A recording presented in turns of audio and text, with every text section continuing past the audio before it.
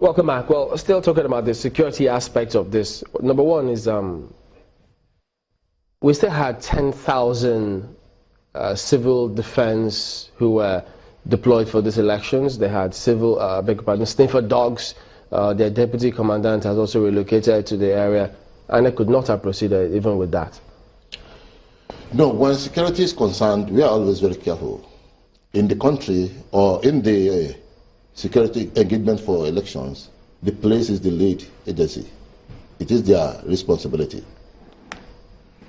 That is the pattern we'll be operating. As a matter of fact, it's police that will even deploy this civil defense officers you are talking about, which they had already done. Did those ones withdraw when they had the news? Post them in places. Did they withdraw when they had the news? No, they couldn't move. They couldn't move in isolation. They had to go they had to go with the police officers too. It was a joint issue, so nobody could do anything in isolation. Is there no security department in INEC that liaises with security agencies? We even have more than that. We have a committee that relates with every head of security in the country. So what happened in this case? Well, the lead agency and the DSS said we should not go ahead. I'm sure even the other security agents will heed that advice. How much is this costing us now? Well, I don't know. I can't put a figure because we have not. But I can assure you this setback will not cost us anything less than 100 million naira. Some say it's even 200 million actually. Not less, I said. It could be more. It could be more. Because simple things that people didn't even think about had happened. The racks had been set up, about 1,000 of them. We have charged, the generators had been running. In fact, we went to one of the racks, it was funny. They had rented water tank for people to use at least overnight. You can even see them have the problem to pour away the water, to empty the tanks, tents, canopies, chairs, everything that has been rented. It's like rebooting and restarting the process again. That is the meaning of the postponement. We could not keep materials in temporary places for a very long time.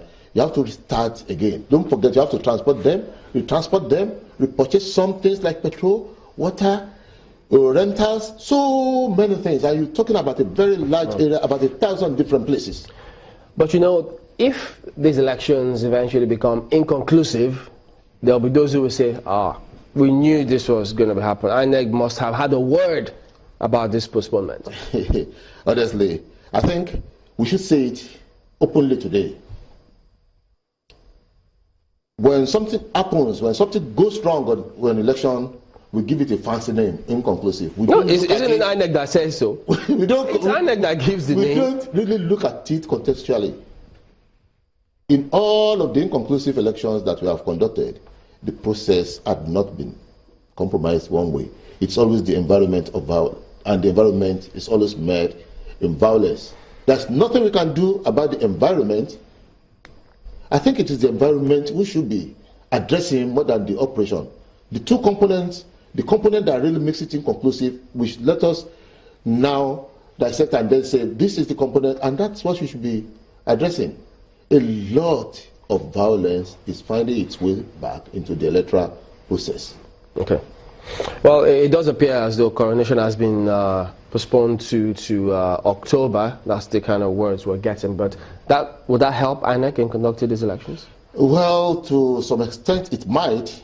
But I want to say that from the date of postponement, probably to the date of handing over, if we really want to, you find that all the dates, something is happening in Edo on every day. So you have to look for a date that is very conducive. WAEC is ongoing. Every Saturday for the next 3 or 4 weeks, WAEC will be on. And I want to tell you this too. The reason for postponement should not be repeated. We have to take into consideration assurances from the security agents that, look, we are ready. So we give them this date and they give us guarantee that they can secure the place on that day. It was the first and the most important consideration we had. Okay. As I told you, anything that is late cannot be too soon again.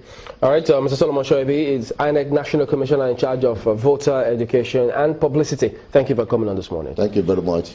We'll be back in a moment. Join us again.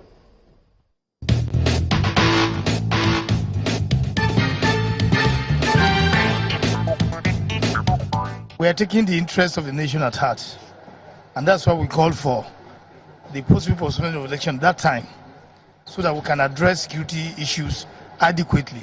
Whatever we said, people should take us serious. They should not read political meanings into it. What I told His Excellency is that he should forward us most of the arrests that were made, some of them with, with the support of the members of the public. When we get this, I've directed the CP of the command to make sure that he revisits these cases and ensure that legal issues are obviously perfected to the latter.